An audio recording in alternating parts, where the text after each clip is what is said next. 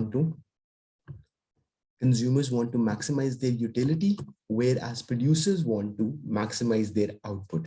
And what is limited on producers end? Producers have limited investment, right? So they have limited resources with which they want to maximize their output, right?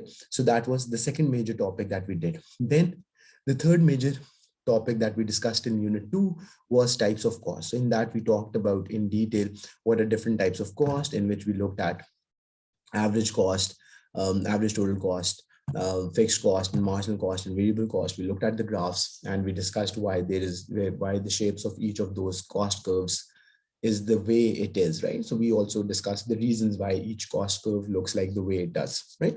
Then that was the third major topic. And then we are close towards completing our unit topic 4 within unit 2, which was market structures, right? So in this, we talked about 4 types of market structures. What is market structure? Market structure is basically certain type of market with certain characteristics.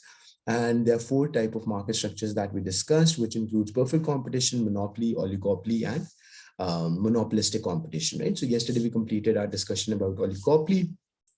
Today, the last topic, which is kind of linked to this, is business objectives. So we'll discuss quickly what are different business objectives. It's more of a theoretical topic. And then after our discussion over business objectives, we'll move on and we'll do some essay questions related to unit 2, right? Is this clear? Is this simple? Okay, now let's get started. So students, business objective. What is an objective? We already know objective is a target or, target, ambition, vision, right? That a business wishes to achieve, right? So what different type of business objectives can you think of? What do you think are different business objectives that they wish to achieve? Right. So first thing that we'll do is to just list all these different objectives, and then we'll discuss each one of these one by one, right? So think about it, right? Growth is definitely one of them. Profit maximization, perfect, right? So there is no order. So I'll just be, writing it down like this. So if you think of a very new business in a market, right? So its objective would be to just survive, right? So survival, when you are a new business starting in the new market, then you want to just survive and explain what survival means. Then slowly and gradually, once you have settled in, then the business wishes to expansion or growth, right? That comes in a little later. Then another objective, exactly, right? Then another objective that is kind of linked to this growth is higher market share, right? So higher market share, as we know, we'll discuss in more detail, right? That's another business objective. Then profit maximization is when you have when you have achieved a certain scale, then slowly and gradually businesses move to profit maximization. Then sometimes businesses also aim for output maximization. And in today's class, I'll explain you why could this be an objective. Why would, instead of profit maximization, a business might be interested in output maximization? What exactly this is and how this is achieved and why businesses aim for this, that's also what we'll discuss. Profit maximization, output maximization, sales revenue, or sometimes it's called sales revenue slash, right? Simply revenue maximization is also an objective. And then another major objective that often businesses have is profit satisficing. So this might be a new word for you, right? Profit satisficing. Have you ever heard the word profit satisficing, students? Have you heard about the word profit satisficing, which I've written at the end? Yes or no? If you haven't, don't worry, I'll explain you, right? Because I'm assuming that this is a new term for you all. Okay, now let's get started on this. No problem. Okay, now survival is pretty simple and easy to understand. So if you remember, even in the market structures we talked about, in one market structure in particular, in monopolistic competition, we said that there are multiple firms that are producing similar products. Now, this is an entry barrier for a firm. How is this an entry barrier? So if you remember, I gave you the example of soft drinks. Soft drinks are an ideal example. Soft drink market is an ideal example of monopolistic competition. Why? Because otherwise the entry barriers are not that high. I mean, the investment that you need to produce a soft drink, not that high, not that difficult. Technology is not that complicated. People can produce, like firms can produce these products, but the biggest challenge in consumer markets, which are monopolistic competition, is the reputation of existing firms, right? So existing firms are so well established and they're spending so much on marketing and advertisement that it becomes difficult for the new firm to kind of make an impression on the consumer. So think about this. If you go to a shop to buy a shampoo, right? Skincare products, if I say, right? So a shampoo, or let's say a soap, or let's say some moisturizing cream, or anything of the sort. Now you don't want to experiment, experiment on yourself any new brand. Are you getting me? Even though I'm assuming that it would be obviously approved by the different regulatory bodies, and there would be a complete product quality testing mechanism before the product was launched in the market. But still, people have, at least a person like me would have reservations, and I would not very easily switch to a completely new brand. I want more brand. I prefer using brands that I'm more comfortable with and familiar with, right? So it is a major objective for firms are just starting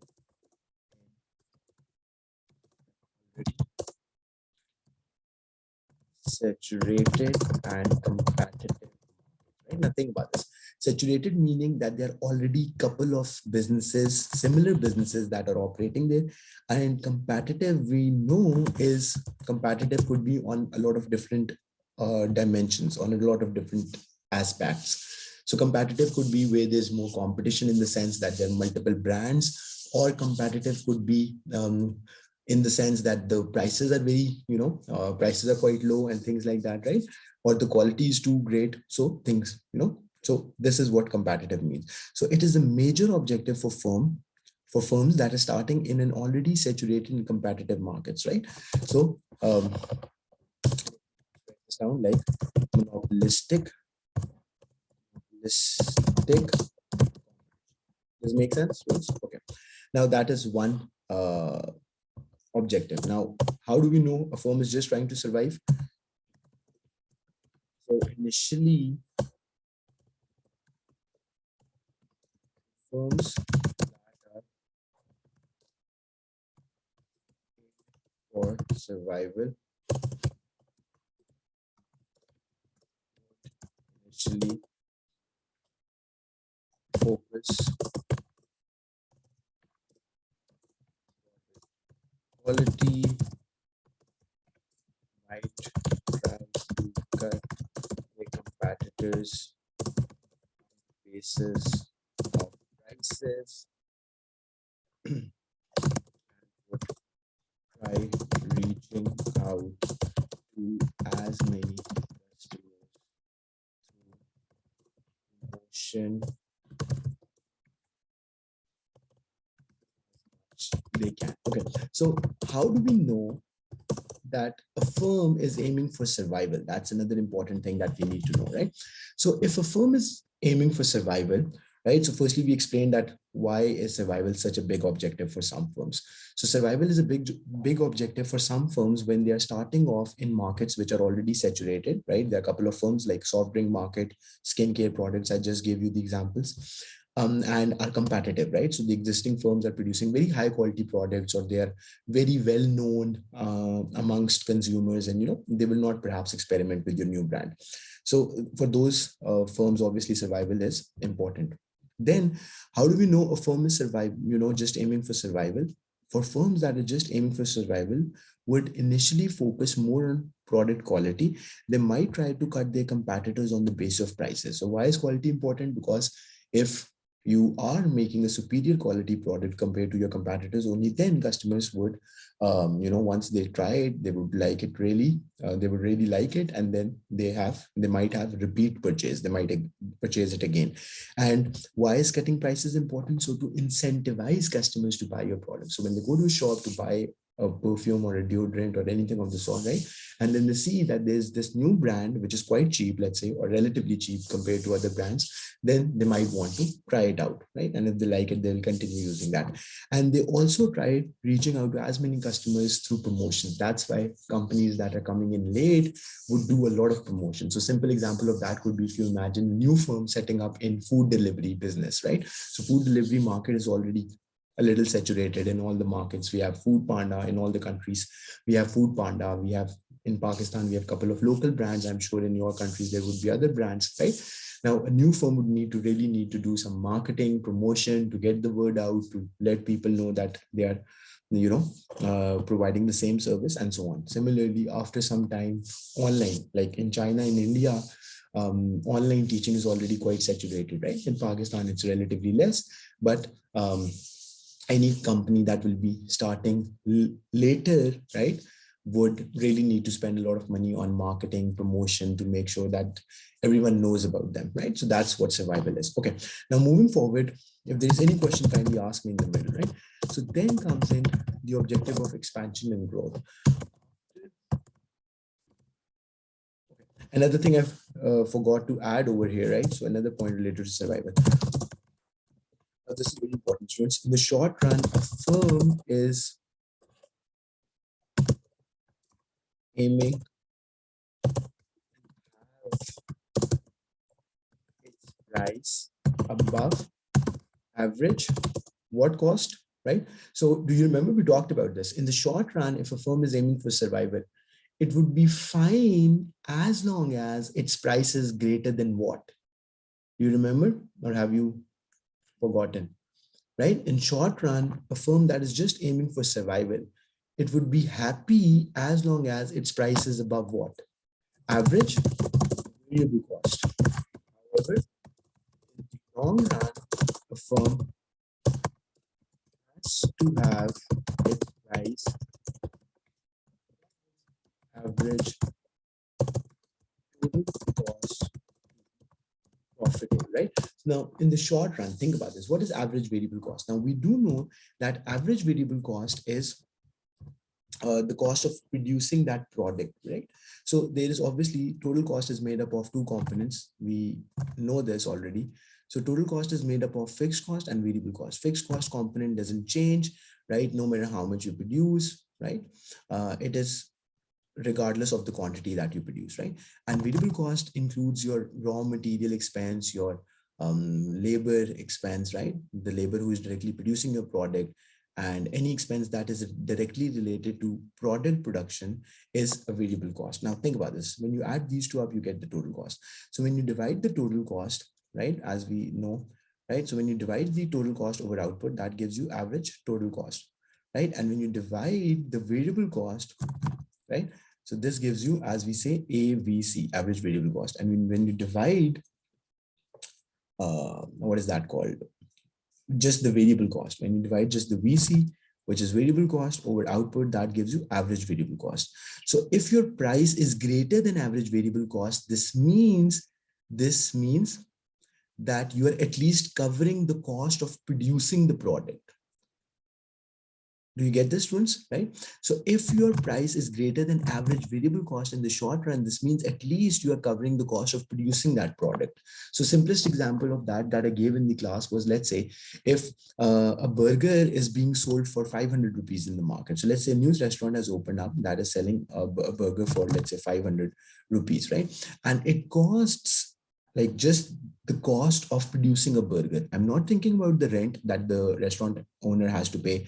I'm not thinking about the electricity that you use in your restaurant, because these are all fixed costs. Whether you have more customers or less customers, the rent will stay the fixed, the electricity expense that you have to pay stays fixed, right? I'm just thinking about the cost that it takes to make the burger, right? That product, that is average variable cost. So if a typical burger costs this restaurant, let's say, 450 rupees, right?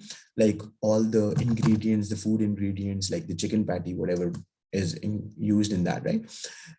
That is 450. Then in the short run, the company will continue operating because at least the price is greater than the average variable cost. However, in the long run, In the long run, the company would want to cover its total cost, right? Because obviously, for you to make a profit, unless your price is greater than ATC, if you remember, even in the market structures, what we used to compare, we used to say that if the price is greater than ATC, that is basically when you are making a profit, right? Even if that is just equal to ATC, that is kind of profit, but that is normal profit. Students, are you following me? Right? So I'm giving you all this overview. So if price is greater than ATC, that is abnormal profit. What was that called? That is abnormal profit, right? If it is exactly equal to ATC, it is just normal profit, right?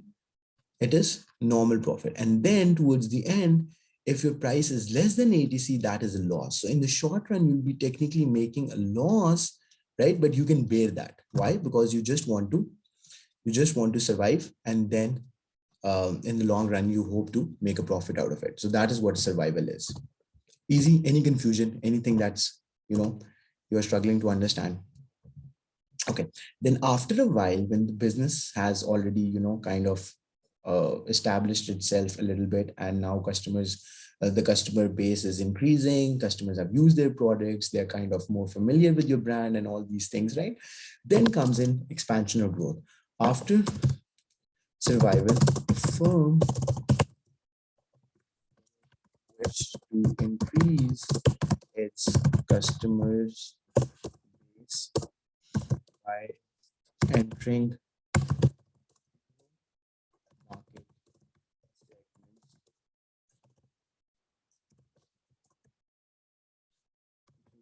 increase their sales, right? Okay, now think about this. After a business has kind of survived, right? Now it's known to customers, and customers are familiar with the brand and things like that. Then you'll slowly and gradually, you have still perhaps not making profit. That depends, right? So that depends whether you have started making profit or not. But if you have survived, like price is greater than average variable cost, some people are buying your product, there is some demand for the good and so on, right? Then slowly and gradually, you have to increase your customer base so that you can grow and expand, so that you move from be making a loss to somewhere making a profit, right? After survival, a firm would wish to increase the customer base by entering new market segments, to increase their sales, right? Now, this might require some additional spending as well, and so on, right? That is what expansion or growth is. Then, how do we gauge if a firm is really successful in growth, right? How do we measure if a firm is really successful in expansion or growth, right? So one simple indicator would be that the sales are going up. Sales meaning the revenue that they earn, right? If previously they were earning $1 million or whatever the amount was, and now they are earning in revenue $2 million or anything greater than 1 million, that shows that they have grown, right? But another way to do this is high in market share.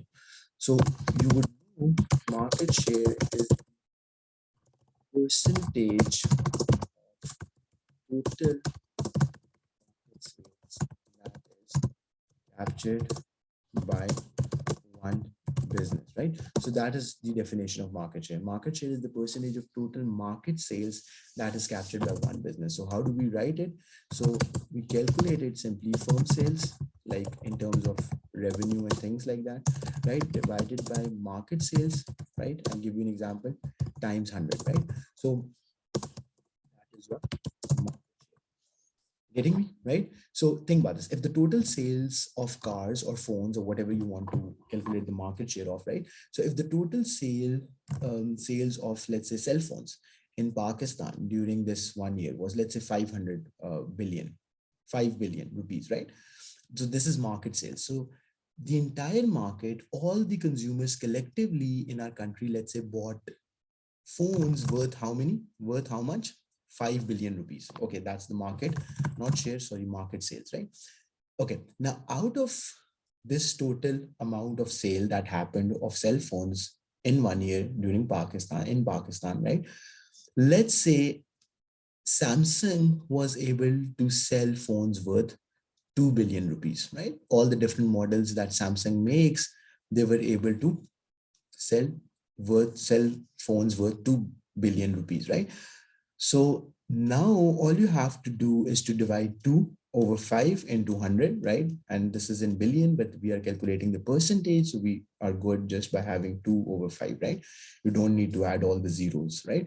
And that will give you 40%. This means that this year, Samsung had 40%. So out of on average 100 customers on average, right?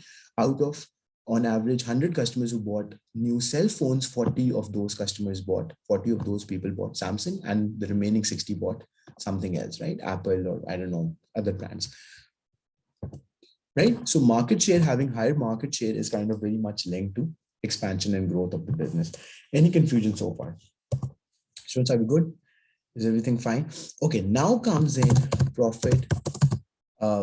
There's no order, because for some companies it is going, a lot of these objectives are sometimes also going hand in hand, right? So the two objectives will be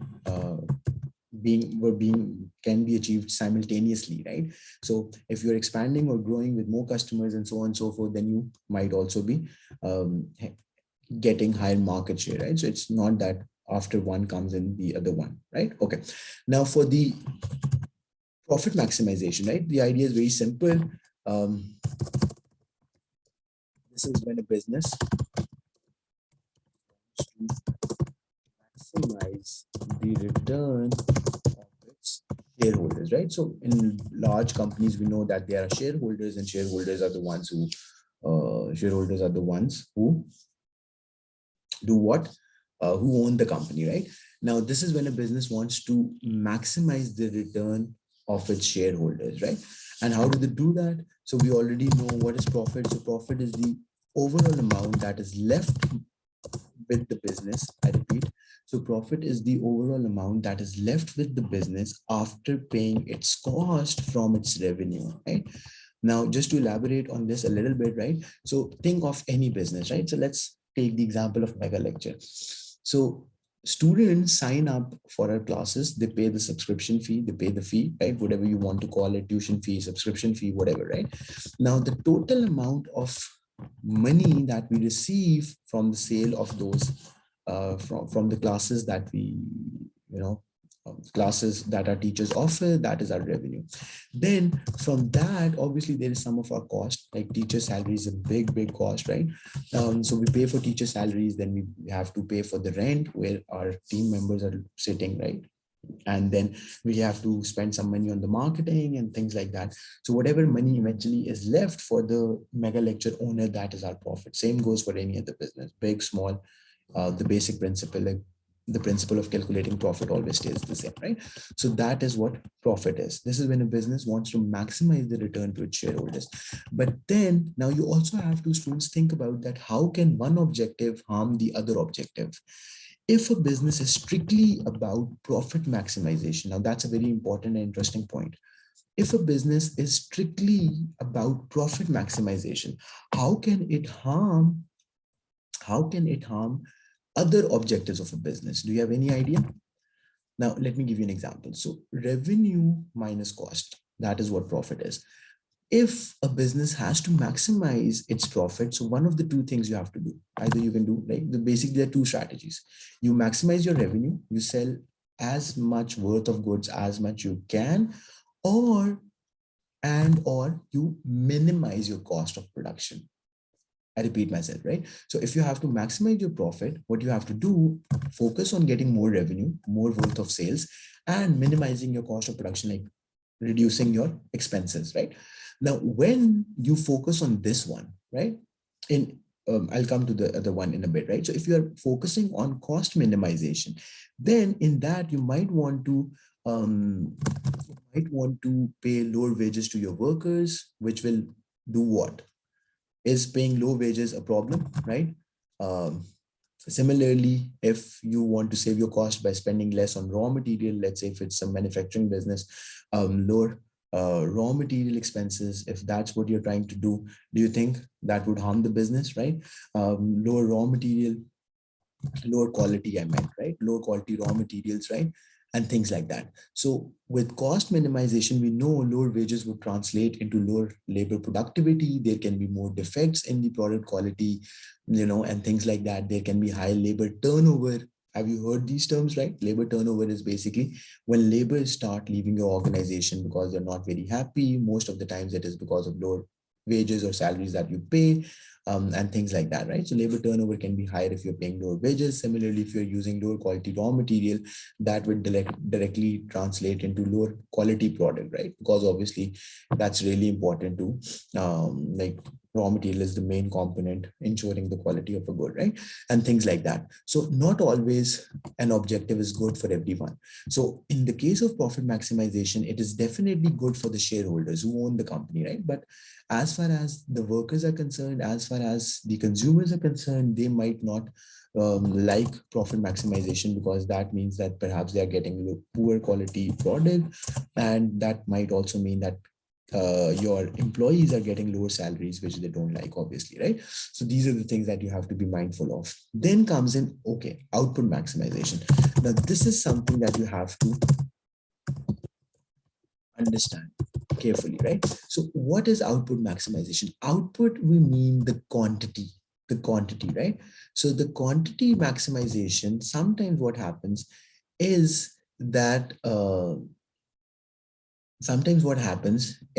that the business wants to, for different reasons, I'll explain you in a bit, business wants to produce as much quantity as much it can, because with more production, right, with more production, your average total cost decreases, right? So if you are especially on the especially if you are experiencing economies of scale. So what is economies of scale? Economies of scale is when you're we studied this, if you remember, in the types of cost.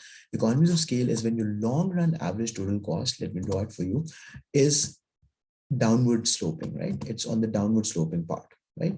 So have a look at this, students. Okay, now this is how a business long run ATC looks like, right? So long run ATC, right? So on the y-axis you have ATC, on the x-axis you have output, right? So if a business is on the downward sloping part of its ATC, which would be somewhere, so let's say this is where the ATC is lowest. So anywhere between 0 to Q naught, your average total cost is decreasing. Do you agree with me, right? Now here the business might want to maximize its output, like produce more quantity of the goods, because the more you produce, lower would be your average total cost, which means the cost of production would be lower, and that can mean higher profits for you, right? Sometimes higher profits, sometimes not. In other cases, why output maximization is a good objective, because you cannot have your factory, you cannot have your production plant or the factory where you produce operate on a lower capacity. Do you understand what capacity is? So capacity is the maximum output that a business can produce, right? So capacity is the maximum output that a business can produce. So, right, sometimes businesses have this problem, given the nature of the business, that they can't operate on a lower capacity. So they have to make sure that they can produce as much as they can, right? So that is where output maximization is important, right? So let me give you another example. So I'm sure you might have heard the word, right? So there is this online platform, right? And for the first few months, what they did, right? They were teaching students absolutely free of charge, right? So they were not charging anything to the students, and they were just trying to get as many students use their app and as many students use their services, and they were just, focused on that. Why would they do that?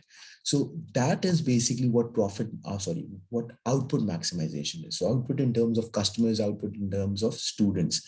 What they were trying to get out of this, so they were just trying to getting themselves settled in the market, right? More students knowing, meaning that in the long run, more students will translate into paid customers, paying customers. Are you getting? So this is sometimes what businesses try to achieve. Are you getting?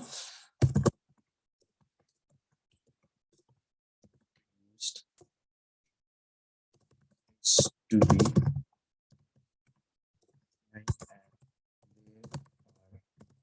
different says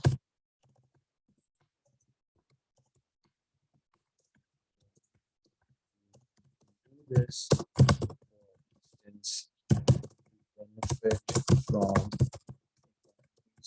scale to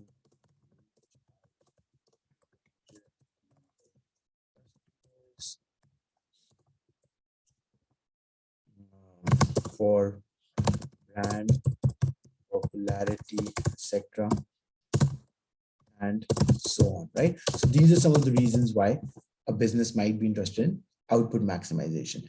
Then comes in your sales revenue maximization. Okay, now with sales maximization or sales revenue maximization, we understand that here the focus is about getting higher revenue. Now this is something that you have to understand, students. Now this is very interesting point that I'm about to explain. Okay, students, my first question to you is, now think about this. There are two students taking my class at the moment. Let's say another student joined the class and that student says, right, so our standard fee is like 9 to 10,000 rupees Pakistani, but that student says that he or she can only pay me 3,000 rupees. Now that is technically 1/3 of what the standard fee is, right? Now you have to listen to this point very carefully and then answer me. Standard fee. Should I admit that student? Should I not? Standard fee is how much? Let's say 900 rupees. And you know what the student has said, what a student can afford, right? So should I admit that student in my class or not? And I'm sure that this is the maximum that the student can pay, right? So should I admit that student in my class? Let's say it's only based on me, like it's only dependent on me, not a company. There's no company, there's no nothing, right? There are no policies, blah, blah, blah, can pay. Should I admit that student in my online class or not? Let's see if you got this correct, right? As your cost will remain the same. Maybe. That's a very good point. You can admit. Very good point. Very good point. Excellent, Preet. And the answer to that is yes. And the answer to that is yes. Okay, now let me tell you. Now, what a lot of people who do not have good understanding of economics would say, oh, 3,000. Firstly, this is 1/3 of the usual price that we charge, right? So that's too low. We can't offer that much discount. Secondly, what the thing that we will have cost associated with having a new student. I totally agree when this happens in a physical classroom, right? Because you need a separate chair, right? So that student comes in, takes a separate chair, perhaps sometimes the electricity charges, maybe, I'm just thinking, right? Sometimes the electricity charges would be a little higher because of, you know, one or two more students, they come in early, they switch on the fans, blah, blah, blah. Just being very particular, right?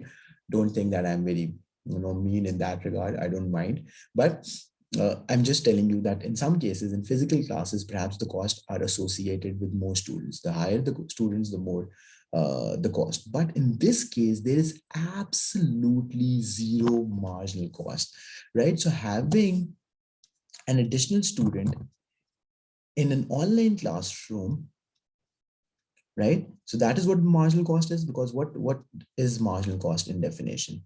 That how much is the change in cost due to one more unit of the good, due to production of one more unit of the good. Having an additional student in an online, I'll be more specific, in an online class, I'm saying, online class has zero marginal cost, right? Huda, are you getting me? So think about this. How is there zero marginal cost? The internet that I'm using would stay the same, right? One student more would not have a lot of burden on my internet package that I'm using, right? So my internet expense would stay the same. The electricity that my laptop uses would stay the same. The explanation that I have to give to the other students would stay the same, right? Apart from the fact that I might not like a student paying me half than what I normally like, than what I would normally charge. Technically, from economics point of view, it's not a bad idea, right? Are you getting me? So at least, and these 3,000 rupees, the fee that the student would pay would directly go to my what?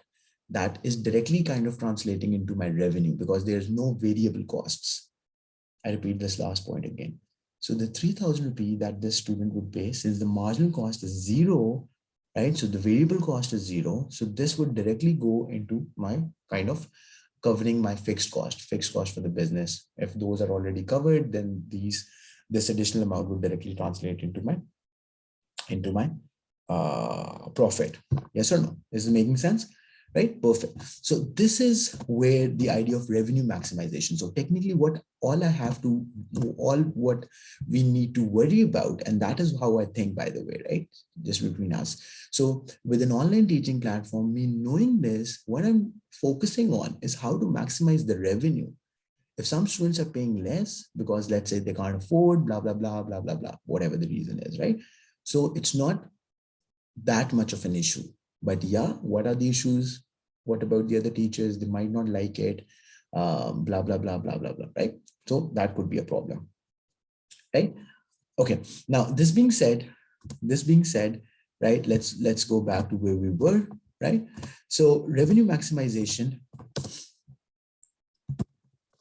is useful when business is such that it has zero marginal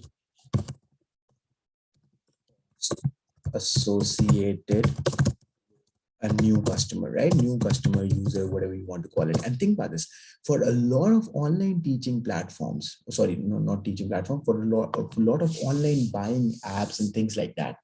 I mean, you have already invested in the big platform that you have built. So having a new customer would not harm you, right? So are you getting me? So that's why what they're trying to do is to just get something out of them, right? So that is what I was trying to say. Is useful when a business is such that it has zero marginal cost associated with the new customer, and therefore,